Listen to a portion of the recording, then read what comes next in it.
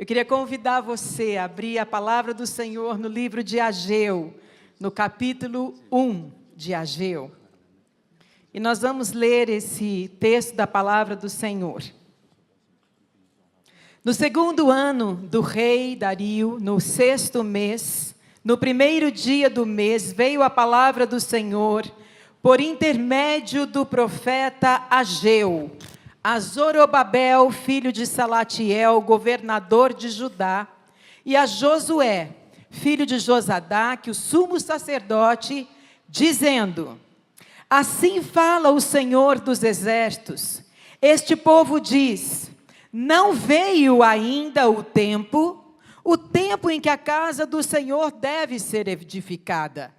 Não veio ainda o tempo em que a casa do Senhor deve ser edificada. Veio, pois, a palavra do Senhor por intermédio do profeta Ageu, dizendo: acaso é tempo de vocês habitarem em casas apaineladas, enquanto esta casa permanece em ruínas? Ora, pois assim diz o Senhor Deus dos exércitos: considerai o vosso passado. Tendes semeado muito e recolhido pouco. Comeis, mas não chega a fartar-vos. Bebeis, mas não dá para saciar-vos. Vestivos, mas ninguém se aquece.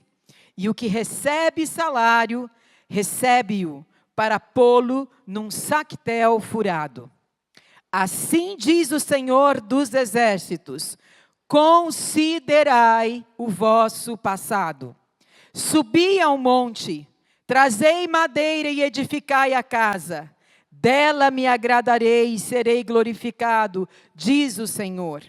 Esperastes o muito, e eis que veio a ser pouco. E esse pouco, quando o trouxeste para casa, eu, com um assopro, o dissipei. Por quê? Por quê? Diz o Senhor dos exércitos: por causa da minha casa, que permanece em ruínas, ao passo que cada um de vocês corre por causa da sua própria casa. Por isso, o céu sobre vós retém o orvalho e a terra os frutos. Fiz vir a seca sobre a terra e sobre os montes, sobre o cereal, sobre o vinho, sobre o azeite e sobre o que a terra produz, como também sobre os homens, sobre os animais e sobre todo trabalho das mãos. Então Zorobabel, filho de Salatiel, e Josué, filho de Josadaque, o sumo sacerdote e todo o resto do povo atentaram à voz do Senhor, seu Deus, e às palavras do profeta Ageu, as quais o Senhor, seu Deus, o tinha mandado dizer. E o povo temeu diante do Senhor. Então Ageu, o enviado do Senhor, falou ao povo, segundo a mensagem do Senhor, dizendo: eu sou convosco, diz o Senhor.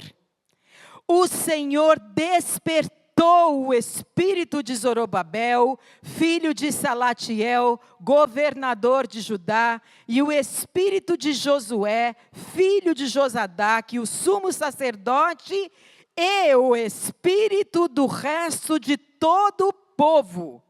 Eles vieram e se puseram ao trabalho na casa do Senhor dos exércitos, seu Deus, ao 24º dia do 6º mês. Vamos orar?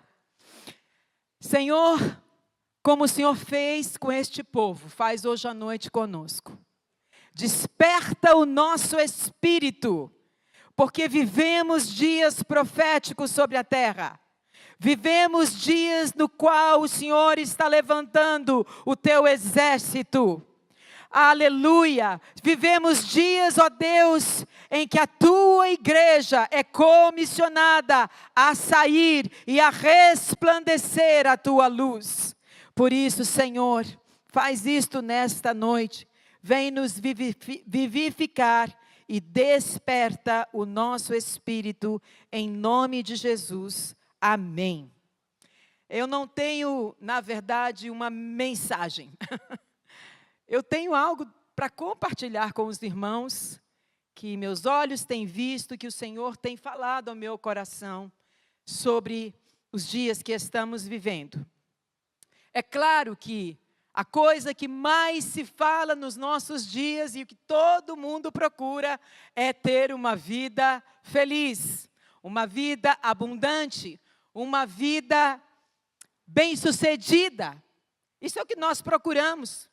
Todo mundo trabalha aqui, todo mundo estuda, todo mundo está fazendo alguma coisa, todo mundo está se movimentando, todos nós estamos nos movimentando. Por quê?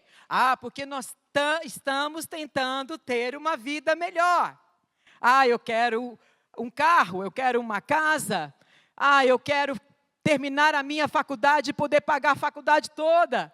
Nós estamos procurando dia a dia uma vida melhor, uma vida feliz.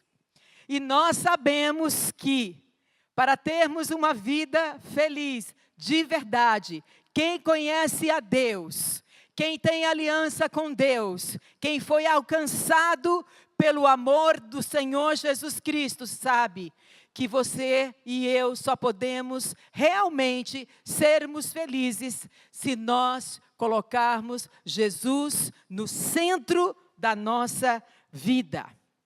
E é interessante, eu estudando este livro, eu fiquei tão impressionada com algumas coisas que eu pude ver neste livro.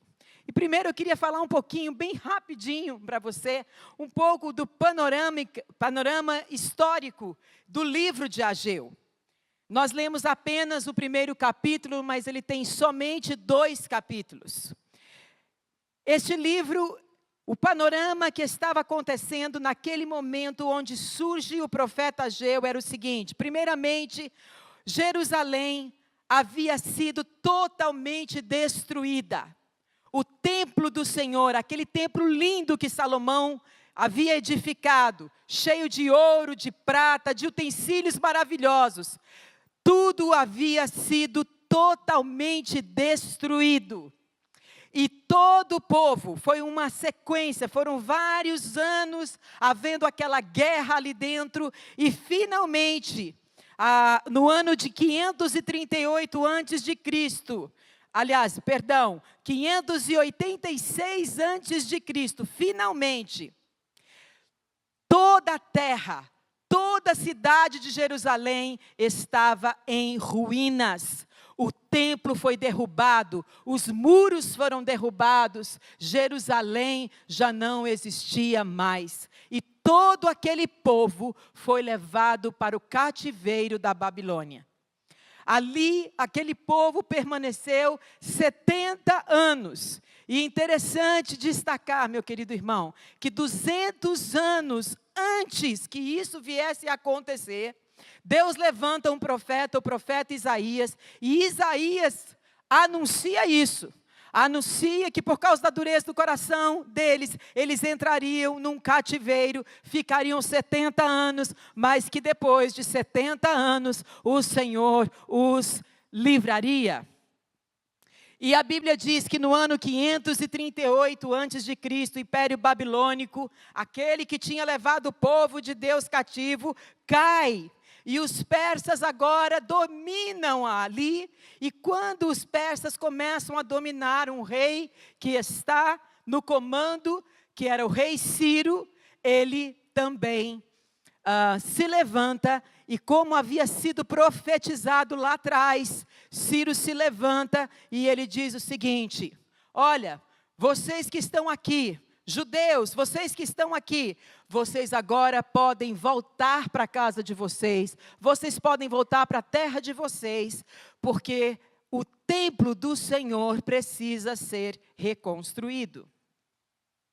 E eu fico imaginando como deve ter sido difícil para aquele povo sair da sua terra, porque pense, 70 anos significa que muitos daqueles que estavam voltando para Jerusalém, voltando para a sua terra, tinham nascido na Babilônia. E eu fico imaginando que a vida deles estava ali. Eu me lembro que, quando eu era pequena, meu pai saiu lá do Ceará. Eu tinha 6 anos de idade. E ele veio embora com a família toda para cá. E a gente veio para cá, e agora a gente pertence aqui. Meus amigos estão todos aqui. Tudo que a gente vai conquistando na vida está aqui. Meus filhos estão aqui. Meus netos agora estão aqui. Agora você imagina chegar agora e dizer assim: Meire, você vai voltar para Fortaleza. Parece que eu não pertenço mais àquele lugar. Porque as minhas raízes, porque a minha vida foi feita aqui. Então você pode imaginar como foi difícil para aquele povo voltar? Não foi fácil para aquele povo voltar. E interessante que quando Israel chegou na terra, quando eles tiveram que passar por aqueles desertos, e tudo que eles encontraram quando eles chegaram ali, foi uma terra totalmente devastada. Mas a Bíblia diz que ali, naquela terra, outros povos começaram a habitar lá. E tinha gente lá. E eles voltaram com uma missão, era a missão de reconstruir o templo do Senhor. E é interessante que quando eles chegaram lá, o povo que estava lá disse o seguinte: olha, vamos fazer o seguinte, a gente vai ajudar vocês.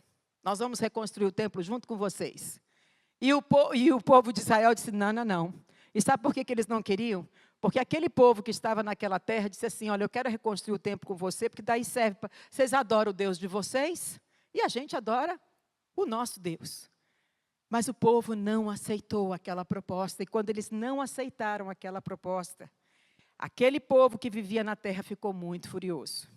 E eles enviaram cartas lá para a Babilônia, lá para o lugar. Já não era mais o rei Ciro que estava no comando, já era outro rei. E eles disseram o seguinte: olha, vocês não sabem o que esse povo é. Eles são rebeldes. Eles já tiveram reis que dominaram tudo isso daqui. E sabe o que vai acontecer no dia que eles reconstruírem esse templo? Eles não vão querer mais pagar imposto para vocês. E o rei que estava ali, lendo aquelas cartas, aquelas crônicas, acreditou naquilo e mandou cartas, dizendo: parem a construção do templo. Este era o panorama. E aqueles homens ficaram amedrontados. A palavra do Senhor diz que eles mandaram pessoas para realmente amedrontar o povo e fazer com que o povo parasse de construir a casa do Senhor.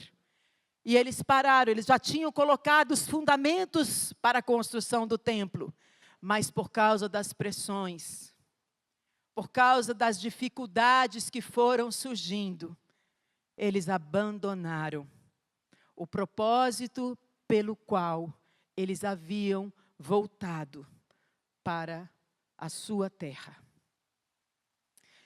Surge então o profeta Ageu. É um profeta que prega apenas 4 mensagens. E hoje à noite eu queria falar só de 2. Só de 2 mensagens. Analisar um pouquinho as 2 primeiras mensagens que este profeta trouxe àquele povo. Queridos irmãos, nós também fomos chamados de um cativeiro. Nós também estávamos cativos pelo inimigo. E o Senhor nos alcançou e nos trouxe. E nos trouxe para a sua casa. E nos trouxe, e agora Ele diz o seguinte: vocês são o meu povo. Portanto, o Deus que falou com o povo de Israel é o mesmo Deus hoje, é o mesmo Deus que fala comigo e que fala com você. É o mesmo Deus que corrige a rota, como corrigiu a rota do seu povo lá atrás. Hoje o Senhor também corrige a nossa rota, porque o Senhor deseja nos abençoar. E a bênção do Senhor vem para aqueles que colocam o Senhor em primeiro lugar na sua vida. Por isso, esta mensagem fala da centralidade de Cristo e a importância da sua igreja. A primeira mensagem que o profeta traz àquele povo é a seguinte: considerai o vosso passado. Você pode imaginar como estava sendo aquela reconstrução? Você pode imaginar o que é você chegar numa terra devastada, que não tem mais nada para reconstruir? Bem, o profeta diz assim: olha, considerem o vosso passado. Para um pouquinho. Vamos analisar? Vamos analisar a nossa vida? Vamos analisar o que tem acontecido conosco? Deus queria corrigir a rota. E Ele diz o seguinte: vocês semeiam, presta atenção, irmão, no que a palavra do Senhor está dizendo. Vocês semeiam e colhem pouco. Vocês comem, mas vocês não se fartam. Vocês bebem, mas vocês não se saciam.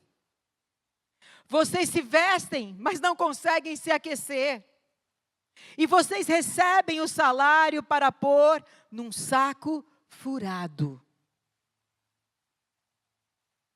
Será que o panorama de tanto tempo atrás não permeia os nossos dias? Queridos, nós temos recebido pessoas.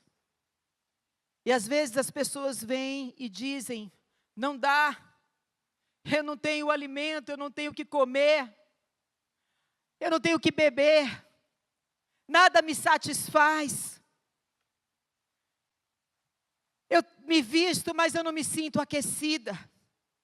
E Deus pergunta para aquele povo, Ele faz a seguinte pergunta: e por que é que tudo isso está acontecendo com vocês? Por que vocês estão vivenciando isso? Vocês são o meu povo, eu tenho uma aliança com vocês. Por que é que a vida de vocês está desta forma? Por que que vocês estão em depressão? Por que que vocês estão com tanta tristeza no coração? Por que que a vida tem sido tão pesada para vocês? Por que que aquilo que vocês põem a mão não tem prosperado? Por quê? Deus pergunta. E Ele mesmo responde, Ele diz: porque por causa da minha casa, que permanece em ruínas, ao passo que vocês estão correndo por causa da casa de vocês. Algo interessante aconteceu, foi uma palavra forte.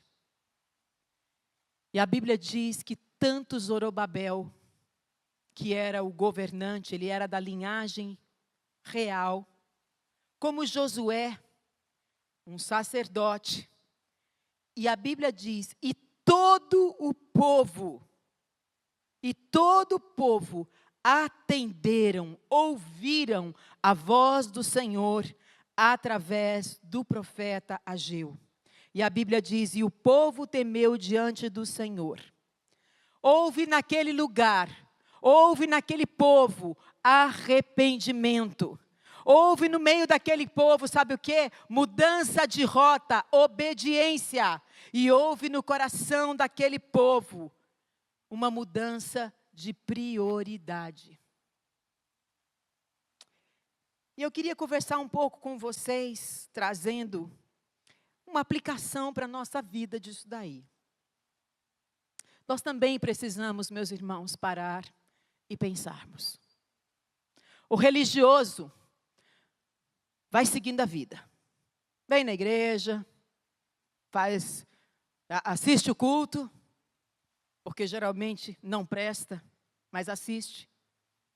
Ele assiste o culto, vai embora para casa, toca a vida, porque amanhã é segunda-feira, e nós estamos aí indo para o trabalho, temos as nossas lutas do dia, E a gente vai levando a vida, esquecendo que nós não somos mais um povo qualquer. Nós fomos lavados e remidos pelo sangue do Senhor. E hoje nós somos um povo. O povo que se chama povo de Deus. Um povo que tem uma aliança. Um Deus que tem aliança conosco. Um Deus agora que diz: eu devo estar no centro da sua vida. Eu quero ser o Senhor e o Salvador da sua vida. Tem muita gente querendo Jesus como Salvador. Mas na nossa geração, poucos estão querendo reconhecê-lo como Senhor da sua vida. Não, Senhor não precisa. Salvador, tudo bem, eu já sei que eu não posso salvar minha vida, mas Senhor, eu posso dar um jeito na minha vida. Eu posso trabalhar mais, ganhar um pouco mais de dinheiro para alcançar meus objetivos, para ter uma vida melhor. Engano. Quem entra em aliança com Deus, entra numa dimensão de um reino diferente desta terra. E meus irmãos, eu não estou falando de dinheiro, porque o dinheiro é um Deus sim deste século. O dinheiro, muitas vezes, não pode pagar. Outro dia eu estava vendo na internet um depoimento de uma mulher com câncer. E ela dizia assim: eu tenho o melhor carro do mundo, mas agora, o único que eu posso usar é a minha cadeira de rodas que me leva dali para cá. Eu tenho a cama melhor do mundo, mas neste momento, a única cama que eu posso deitar é a cama de um hospital. E aí ela foi falando muitas coisas. Sabe por quê? Porque o dinheiro não é salvação para ninguém. O dinheiro não é o caminho. E muitas vezes nós estamos colocando o dinheiro como prioridade na nossa vida. Porque temos que pagar contas. Porque temos que pagar a faculdade dos nossos filhos. Porque temos que botar a comida na nossa casa. Era exatamente o que o povo estava dizendo. Você já pensou? Aquele povo, eles amavam a Deus como nós amamos, irmãos. Eles também diziam que Deus era tudo na vida deles, que Deus era o Senhor da vida deles. Mas acontece que na prática da vida deles não foi isso que foi acontecendo. Na prática da vida deles, eles foram colocando as suas próprias necessidades. E será que não teriam assim algumas razões? Senhor, nós temos que construir a casa para abrigar os nossos filhos. Eu preciso plantar, Senhor, porque vai ter que comer amanhã. Olha, se eu não fizer isso, se eu não providenciar o sustento, quem é que vai providenciar? Eu digo, não é isso que nós pensamos também? Quantos aqui estão desistindo de construir a casa do Senhor, porque estão construindo as suas próprias casas? Estão colocando as suas dificuldades, as suas necessidades em primeiro lugar. E como é fácil a gente fazer isso, irmãos. Mas hoje o Senhor está dizendo para nós que Ele tem uma aliança conosco. Aleluia. As pessoas que voltaram da Babilônia, que amavam a Deus como nós amamos, eram pessoas que estavam passando por problemas e por dificuldades muito sérias. Muito sérias. Mas naquele dia, quando aquele profeta chegou ali e deu uma palavra para eles e disse assim: olha, para tudo. E agora pensa no teu passado. Pensa na tua vida, como você tem vivido. Porque o Senhor nos chamou como seu povo. E nós voltamos para este lugar porque temos uma missão a cumprir. E a nossa missão é reconstruir a casa do nosso Deus. E o povo temeu. E o povo temeu. Por que eles voltaram, meus irmãos? Porque eles acreditavam nas promessas do Senhor. Você voltaria? Você voltaria? Você voltaria para uma terra devastada, já que você está estabilizado em algum lugar? Por que aquele povo voltou, meu irmão? Porque eles sabiam, eles criam nas promessas de Deus. E eles sabiam que o Senhor tinha dito a Abraão: essa terra será de vocês. Por isso eles voltaram. Eles voltaram porque eles creram nesta palavra. Eles voltaram porque eles acreditaram que aquela terra era deles e que ali sim eles seriam felizes. No entanto, quando veio a dificuldade, eles desistiram. Eles desistiram de construir a casa do Senhor. Assim está acontecendo conosco, queridos. Diante das dificuldades das nossas vidas, muitos estão desistindo de cuidar da casa de Deus. Eu não estou falando de frequentar a casa de Deus, mas de cuidar da casa de Deus. Achando que por causa das lutas e das dificuldades, o que você tem que fazer agora é cuidar da sua própria necessidade. Quando o Senhor diz: sou eu que cuido de vocês.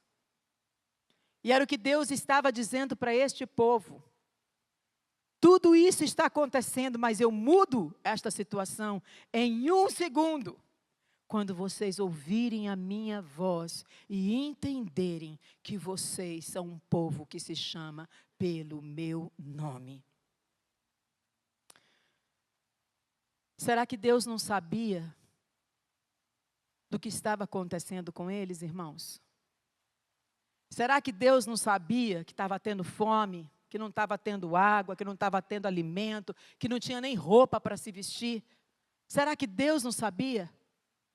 Será que aquilo nos justificaria? Deus, nós não temos comida, temos que correr. Não temos água, temos que correr. Não temos o que vestir. Precisamos fazer as nossas casas, precisamos abrigar os nossos filhos. Era mentira? Não, não era. Era a realidade deles. Porém, mesmo diante daquilo tudo, e Deus sabia de tudo aquilo, o Senhor diz para eles: não importa que vocês achem que não é tempo de construir minha casa. E eu fiquei pensando, às vezes, em algumas frases que a gente quer falar para Deus. Tipo: Senhor, eu estou num momento muito difícil da minha vida, estou construindo minha vida, acabei de casar. Tem que trabalhar muito, Senhor. Olha, nasceu o primeiro filho, agora então que eu tenho que trabalhar. Ah, não, agora eu estou na faculdade, Senhor. Quantas vezes já ouvi isso? Eu entrei na faculdade, glória a Deus. Então agora eu não posso mais ficar aqui, porque não dá mais tempo. Agora eu tenho que estudar. E assim vão as desculpas. Não, meu não é disso não, Meire, é sobrevivência mesmo. Eu estou lutando pela minha sobrevivência. Você acha que Deus não sabe disso? Mas mesmo sabendo o que o povo estava passando e declarando, falando, eu estou vendo, o Senhor continuou dizendo para eles: a prioridade é a minha casa. A prioridade é levantar este templo, a minha casa. Sabe por quê, queridos? Porque quando nós estamos empenhados em construir a casa do Senhor, e a nossa mente se volta para o Senhor, nós começamos a conhecer a Deus de forma diferente. O religioso conhece a Deus de ouvir falar. Ele não consegue ter experiências. É aquele que vive das experiências dos outros. Eu amo ir para aquele culto de testemunho. Na minha igreja trazem uns testemunhos que é de arrepiar. Eu não sou contra os testemunhos. Eu acho que eles nos fortalecem, nos motivam. Mas a gente muda. A gente tem a nossa própria experiência quando a gente se aproxima do Senhor. Ali, construindo a casa do Senhor, nós vamos vendo o sobrenatural de Deus. E quem vê o sobrenatural de Deus, sabe o tamanho do Deus que serve e não tem medo das dificuldades, porque sabe que tem um Deus provedor que diz que Ele nos dará todas as coisas que nós necessitamos. A segunda mensagem. A segunda mensagem que ele vem falando diz assim: eu sou contigo. Essa é uma mensagem, queridos irmãos, que nós precisamos ouvir. Que nós precisamos nesta noite avaliar. Que nesta noite nós precisamos entender. E quando eu estava meditando nessa palavra, analisando a minha própria vida, considerando o meu passado, considerando a minha vida, alinhando a rota da minha vida, pedindo ao Senhor que me dê sabedoria para alinhar a rota da minha vida. Quando veio esta palavra, o Senhor, o Deus de Israel, está conosco. Isso tocou muito ao meu coração. E tocou muito o meu coração quando eu li esse texto, o versículo 14, que diz assim: naquele momento, quando o povo temeu ao Senhor, quando o povo ouviu a voz daquele profeta, e ele temeu ao Senhor, a Bíblia diz que o Senhor despertou o espírito do povo. E eu comecei a orar a Deus: desperta o meu espírito, Senhor. Desperta o espírito da igreja, Senhor. Desperta o espírito da igreja, Senhor. Meu irmão, Deus te chamou para vir e construir uma casa ao Senhor. Nós temos que entender que somos um povo, que nós temos um Senhor, que nós temos um Deus, que nós não temos mais nada a ver com este mundo. Nós estamos no mundo, mas nós não somos do mundo. Sim, nós vamos para o trabalho, nós vamos para as escolas, nós vamos para os lugares que temos que ir, mas nós não podemos pensar que somos o mundo, mas um povo de Deus que caminha no mundo com uma missão. E qual é a nossa missão? Resplandecer a luz do Senhor. Não foi por acaso que o Senhor te deu o teu trabalho. Mas o teu trabalho não é só para trazer o sustento para a sua casa. É porque ali no teu trabalho Deus precisa de você. Ali no teu trabalho Deus precisa que você brilhe. Ali no teu trabalho o Senhor quer usar a sua vida, porque você é templo do Espírito Santo de Deus. Mas nós somos igreja, meus irmãos. E juntos aqui, nós precisamos construir algo, construir um edifício espiritual. E nós precisamos de um grande exército. Nós precisamos de uma igreja avivada. O Senhor precisa de uma igreja comprometida com Ele. E eu não estou falando só comprometida financeiramente, não. Financeiramente também. Mas eu não estou falando disso. Eu estou falando de uma igreja que está se preparando, que está se santificando um pelo outro. Sábado retrasado, nós estávamos com um grupo de mulheres da liderança do Ministério Escolhidas. E eu estava dizendo para elas: isso que nós estamos fazendo hoje aqui é nos santificando para que nós possamos ser usadas pelo Senhor. Sem santificação ninguém pode ver a Deus. Precisamos nos santificar. Eu preciso ter horas, horas e horas na presença do Senhor. Eu preciso me santificar em favor dos irmãos. Os irmãos precisam se santificar em favor da minha vida. E é assim que nós vamos caminhando. Porque aqui no meio de nós, queridos irmãos, estamos passando por lutas e dificuldades. Não é fácil construir tudo isso. Não é fácil edificar, é pedra sobre pedra. E pedra afiando pedra. Igreja do Senhor Jesus Cristo, o Senhor tem nos chamado para uma mentalidade diferente, para um coração diferente e para prioridades diferentes. E eu quero falar uma coisa com muito respeito. Não julguem a minha palavra, ouçam e façam como os irmãos quiserem. É algo do meu coração. Mas eu fui criada, meus irmãos, num lar que eu cresci ouvindo o seguinte dentro da minha casa. E quem conheceu meu pai sabia e sabe que ele falava isso. O meu pai dizia assim lá em casa: a igreja é a minha família. E a minha família é a igreja. E hoje, meus irmãos, até hoje, eu não consigo fazer distinção da minha família e da igreja. No meu coração, eu estou sempre, quando eu estou aqui na igreja, eu estou na minha casa. E quando eu estou na minha casa, a igreja está na minha casa também.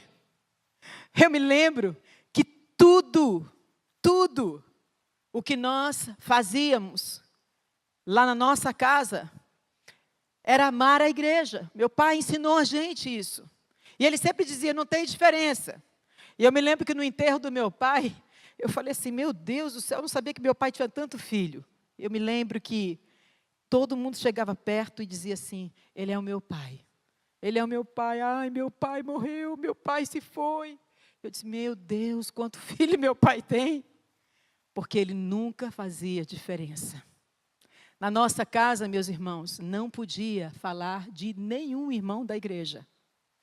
Não podia. Nem nos momentos difíceis. Nem depois que a gente cresceu e que a gente começou a entender algumas coisas e que muitas vezes nós víamos o coração do nosso pai sendo ferido por pessoas da igreja. Ser filho de pastor não é fácil. E quantas vezes eu vi pessoas machucando o coração do meu pai. E eu via meu pai triste. E às vezes a gente queria se inflamar, mas por... Ele só fazia isso.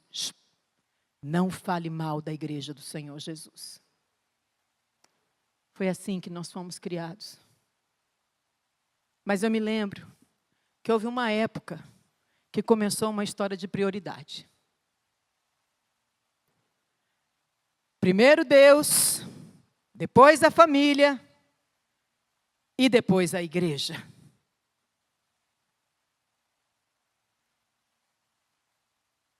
Queridos, nós somos um povo só agora. A nossa família precisa estar inserida na igreja. E a igreja tem que estar inserida na nossa casa. Não pode haver diferença. Quando você pensa num povo judeu, como é que você pensa? Família tal, família tal, família tal, família tal. Você pensa no povo. Assim somos nós. Sim, temos as nossas famílias. Mas nós somos um povo. Nós temos que olhar a nossa casa como povo de Deus. Nós temos que olhar para a igreja, para qualquer irmão, como povo de Deus. É meu irmão, é minha irmã. E eu preciso me santificar para que esta vida seja edificada. E eu pergunto, e eu até entendo, porque eu como filha de pastor, eu vi muitas coisas. Inclusive eu vi muitos filhos de pastores se desviando, porque não tinham seus pais muitas vezes em casa. Mas será que o problema era esse? Eu não creio. Porque eu passava, às vezes, gente, sem brincadeira, eu passava 3 dias sem ver meu pai. Eu ia dormir, ele não tinha chegado, eu acordava, ele já tinha saído. Não tem a ver com isso, querido, é algo muito mais sublime. É algo muito mais profundo. Nós somos o povo de Deus. A nossa casa é a igreja é a nossa casa. E eu sei que aquele momento trouxe até um freio para a gente repensar algumas coisas que eram importantes repensar. Não estou dizendo que não tenham sido. Era importante mesmo repensar alguma coisa. Mas uma nova geração, começou a vir. Eu pergunto para vocês hoje. Olha, vamos olhar para os nossos filhos, ou talvez para os nossos netos. O quão comprometido esta geração está com a casa do Senhor.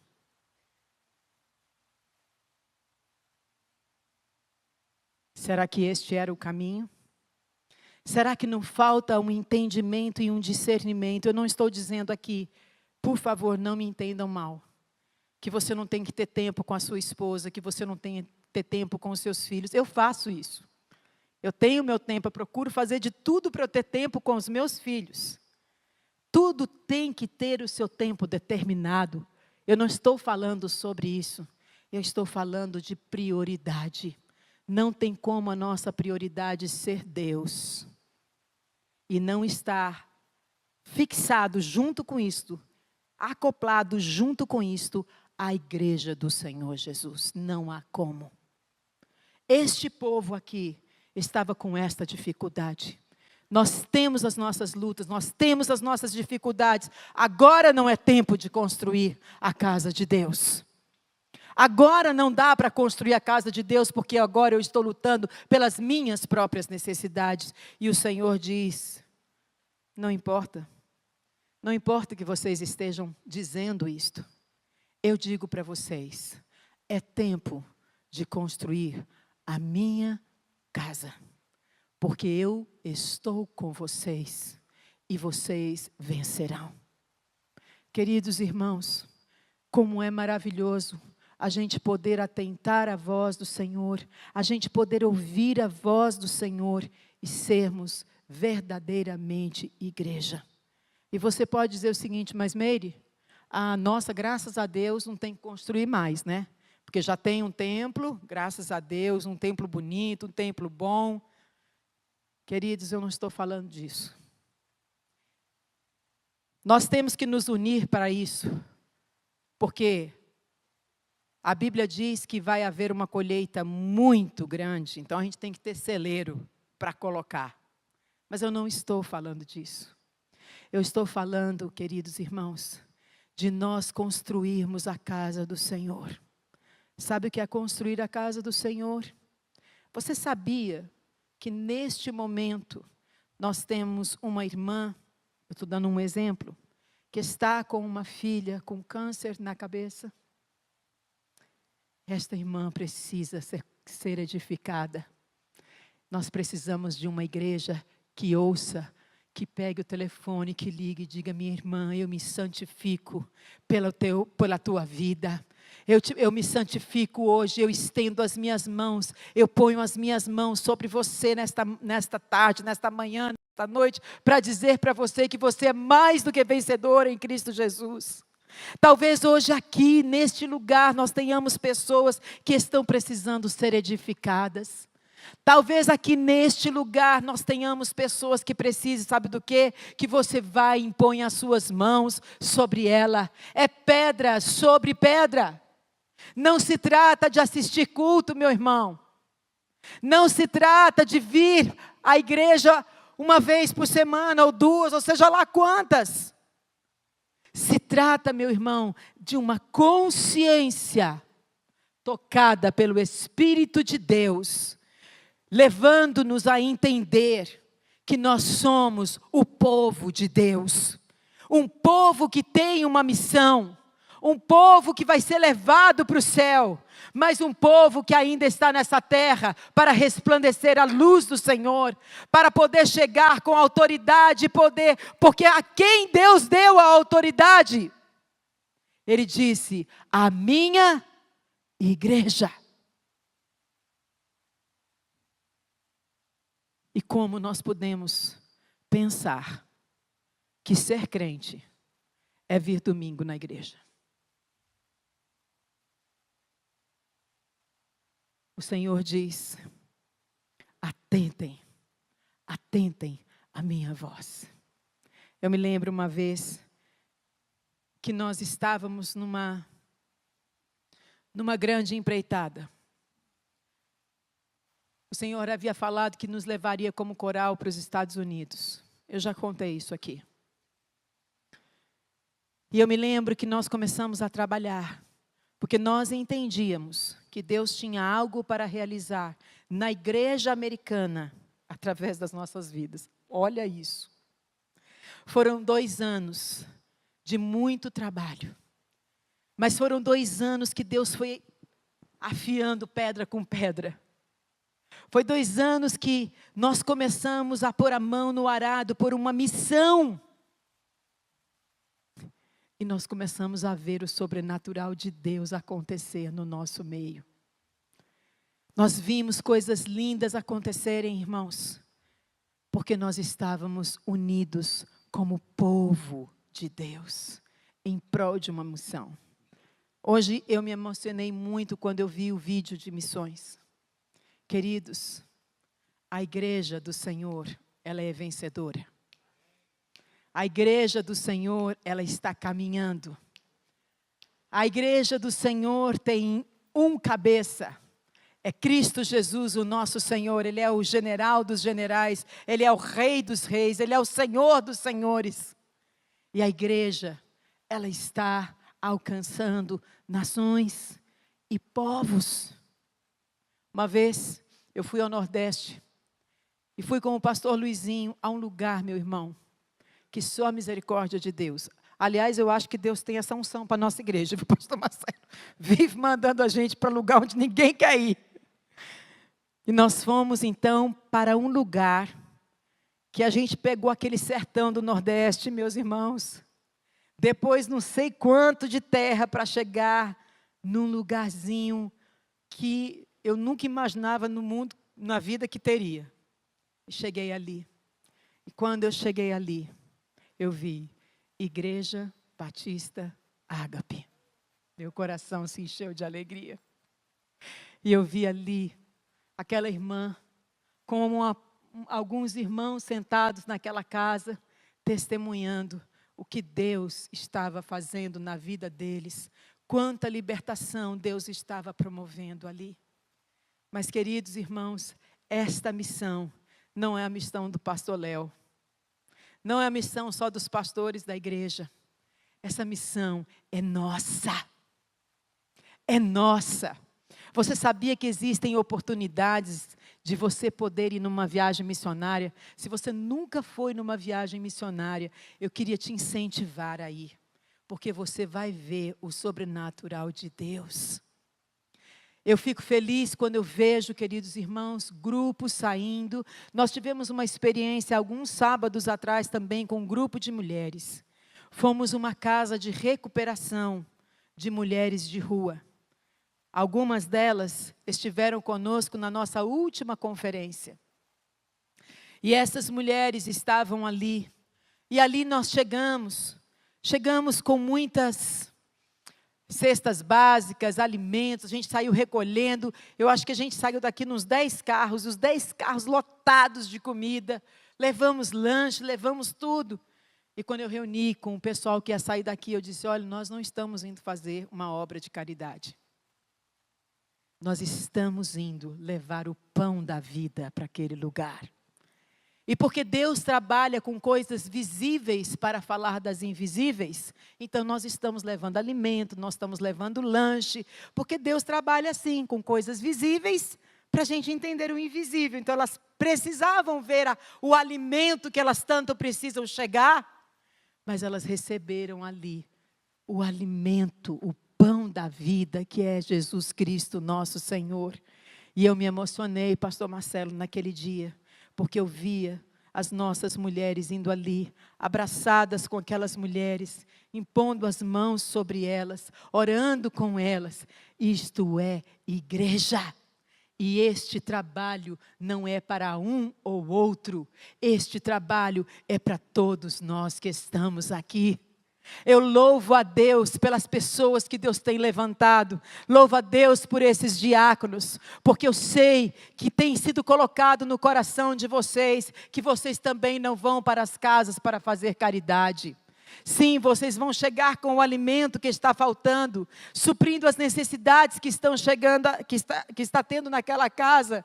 Mas na verdade, isso é o visual. Mas na verdade, o que vocês vão fazer, o trabalho que vocês vão realizar é impor mãos, é exercer os dons espirituais, é aquecer a fé daqueles que estão sem fé, é chegar ali e levar o alimento, o pão da vida que é Jesus, a esperança. É muito mais, irmãos, isso é construir igreja, isso é ser igreja, isso é construir a casa de Deus. E aqueles que estão envolvidos com esta obra, estão vendo o sobrenatural de Deus. Não é tocar num culto, meu querido irmão, não é cantar num culto, é se santificar para que a glória do Senhor venha à sua casa, por causa desses irmãos que estão aqui. É diferente, é muito mais. E se eu não me santifico, eu não sou um vaso útil para Deus. Posso ter uma boa voz, posso ter um grande talento, mas se eu não entender o que é ser igreja, o que é construir, nada vale. Hoje, quando vocês vieram a este lugar, cheios do Espírito Santo, para conduzir esta igreja ao louvor, ao verdadeiro louvor, à verdadeira adoração, vocês edificaram a casa do Senhor. Quando você chegou aqui, meu irmão, hoje, e entrou por essas portas, não como um domingueiro. O domingueiro é aquele, né? Entra, senta, assiste. Não, quando você entrou nesta igreja como um povo redimido, como igreja, você entrou dizendo: Senhor, o que o Senhor precisa de mim hoje aqui? O que o Senhor precisa hoje de mim? Deixa eu ver, Senhor, fala comigo. Eu me santifico, Senhor, pelo meu irmão, mostra para mim. E de repente o Senhor diz assim: levanta, Meire, vai lá na Sueli, impõe as mãos sobre ela e diga para ela que eu sou Deus e que eu cuido da vida dela. Isto é edificar a igreja. Edificar a igreja é eu tirar tempo na minha vida para oração. Edificar a igreja é eu tirar tempo na minha vida e me comprometer com o estudo da palavra do Senhor. Isto é edificar a igreja. Edificar a igreja é eu estar presente quando eu for conclamada, porque a igreja está precisando da sua ajuda. Edificar a igreja, meu irmão, é ter a cultura do céu e não a cultura da terra. Deus não precisa do nosso dinheiro, do nosso carro, da nossa casa. Deus precisa do nosso coração. Porque quando Deus tem o nosso coração, Ele tem o nosso dinheiro, Ele tem a nossa casa, nós temos os ames e alguma coisa linda vai acontecer no nosso meio, já está acontecendo. E quando você abre a sua casa dizendo, como aquele senhor, né? Como chama o pastor Marcelo, Dorival, que lindo. Construiu na sua casa um lugar para trazer pessoas. A Sandra está aqui hoje à noite, mas eu acredito que ela me deixa dar esse testemunho. E eu vou terminar por aí, irmãos, porque eu estou vendo um mover sobrenatural de Deus nesta casa. Deus está construindo algo lindo e hoje eu quero te chamar para ser um edificador da casa do Senhor. Hoje eu quero te chamar para pensar no teu passado, para olhar para a tua vida. Meu irmão, chega de depressão, chega de tristeza, chega de preocupação com as coisas desse mundo. Aqui tudo vai ficar. Tudo que a gente está conseguindo aqui vai ficar. Mas aquilo, a igreja, a casa de Deus que nós estamos construindo, a noiva de Jesus, ela vai subir. E como vai ser lindo aquele dia. E eu não vim aqui para falar sobre galardão. Eu não vim aqui para falar sobre isso hoje.